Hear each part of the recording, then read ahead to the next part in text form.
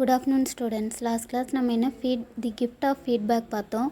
அதில் ஃபீட்பேக்னால் என்ன, அதில் உள்ள டைப்ஸ் என்னென்ன, அப்புறம் நெகட்டிவ் ஃபீட்பேக், பாசிட்டிவ் ஃபீட்பேக் பற்றி பார்த்தோம். இன்றைக்கி என்ன பார்க்க போகிறோம் அப்படின்னா ஃபார்மல் செல்ஃப் இன்ட்ரோடக்ஷன். ஃபார்மல் அப்படின்னா தமிழில் முறையானன்னு அர்த்தம். செல்ஃப் இன்ட்ரோடக்ஷன்னா சுய அறிமுகம், தன்னை பற்றிய ஒரு சுய அறிமுகம் அப்படின்னு சொல்லலாம். இது நம்மளை பற்றின ஒரு நல்ல தோற்றத்தை தொழில் சார்ந்தவர்களுக்கு, அதாவது ஒரு பிஸ்னஸ் மேன் அல்லது ஒரு மேனேஜர் அல்லது ஒரு கம்பெனி எடுத்துக்கிட்டோன்னா ஹெச்ஆர், அவங்கக்கிட்ட நம்மளை பற்றி சொல்கிறதுக்கான ஒரு ஃபஸ்ட்டு சான்ஸ் அப்படின்னு சொல்லலாம். இந்த நம்ம கொடுக்குற இந்த செல்ஃப் இன்ட்ரோடக்ஷனை வச்சு தான் அவங்க நம்மளை ஒரு ஜாபுக்கு, அதாவது ஒரு பணிக்கான நம்மளை தேர்ந்தெடுப்பாங்க அப்படின்னு சொல்கிறாங்க. இது நம்ம ஸ்கூல் டேஸ், காலேஜ் டேஸ் அப்படி இல்லாமல் நம்ம படிப்பு முடிச்சுட்டு அடுத்து நெக்ஸ்ட்டு வேலைக்கு போகிறோம் அப்படிங்கிற நேரத்தில் இது ரொம்ப யூஸ்ஃபுல்லாக இருக்கும் அப்படின்னு சொல்கிறாங்க. இது நம்மளை பற்றின அடிப்படை தகவல்கள், அதாவது நம்மளோட கல்வி, குடும்பம், அப்புறம் நம்மளோட ஆர்வங்கள், நம்மளோட கோல், எய்ம், அதை பற்றி சொல்கிறது தான் ஃபார்மல் செல்ஃப் இன்ட்ரோடக்ஷன் அப்படின்னு சொல்கிறாங்க. இது எப்போ யூஸ் ஆகும் அப்படின்னா நம்மளோட இறுதி தேர்வுகள் முடித்ததுக்கப்புறமோ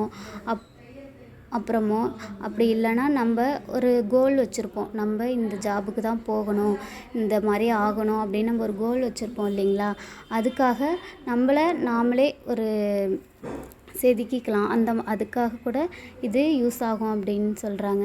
நம்ம படிக்கும்போது ஒரு இன்டர்ன்ஷிப் படிக்கும்போதே கம்பெனியில் போயிட்டு ஒரு ஒர்க் பண்ணலாம். அதுக்கு நம்மளோட செல்ஃப் இன்ட்ரோடக்ஷன் நல்ல ஒரு ஹெல்ப்ஃபுல்லாக இருக்கும் அப்படின்னு சொல்கிறாங்க. நம்மளோட செல்ஃப் இன்ட்ரோடக்ஷன் எப்படி இருக்கோ அதை வச்சு தான் நம்மளை அவங்க ஈஸியாக ஒரு ஜாபில் எடுத்துப்பாங்க அப்படின்னு சொல்கிறாங்க.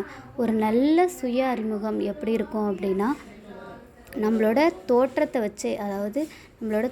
வச்சே அவங்க கண்டுபிடிச்சிருவாங்க. அதுவும் நம்ம எப்படி சொல்லணும் அப்படின்னா ஷார்ட் அண்ட் ஸ்வீட்டாக சொல்லணும்.